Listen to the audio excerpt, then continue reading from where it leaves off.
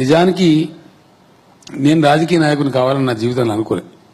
నా లైన్ వేరు, అదంతా కల్చరల్ లైను, అసలు ఇంటలెక్చువల్ లైన్ నాది. నేను 70-80 వేల పుస్తకాలు చదివిన, మీకు చాలా మందికి తెలియదు. 70-80 వేల పుస్తకాలు చదివిన, నేను అడవులు చదివిన. ఎందుకు చదివినా చదివినగా ఓ టైం ఉండేది, నా మీద జోక్స్ ఉండేది. నేను కాలేజ్ పెట్టుకున్నాను, వానికి 2 పుస్తకాలు ఇస్తే సరిపడా ఆవిడ ఎవరు తిరుగుడు అని చెప్పి నా మీద జోక్స్ ఉండేటి. అంటే నేను ప్రయాణం కడితే కూడా పుస్తకాల సూట్ కేసు పెద్దగా ఉండేది, బట్టల సూట్ కేసు చిన్నగా ఉండేది. అంతా ఎందుకో చదివినవి గారి సందర్భం కలిసి వచ్చింది. మా గురువుల దయ చదువుకున్నాం.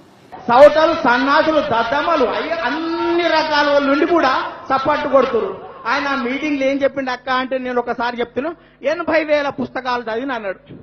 ఈయన వయసు 65 సంవత్సరాలు, సంవత్సరానికి 365 రోజులు, 65 సంవత్సరాలు ఇంటూ 365 రోజులు చేస్తే 23,725 రోజులు.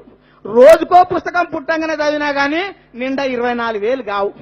80,000 పుస్తకాలు ఎట్లా చదివినవరు అంటే గద్దెలవదు అంటాడు. ఆఖరికి ఆడోడు ఈడోడు నర్సిరెడ్డి డిమాండ్ చేస్తూ చెప్పు అంటే మర్చిపోయి పుస్తకం అని చెప్పిండ్రా. పుస్తకాలు కాదు, 80,000 బాటిల్ తాగినా అని బయట చెప్తున్నాడు. మన దౌర్భాగ్యం.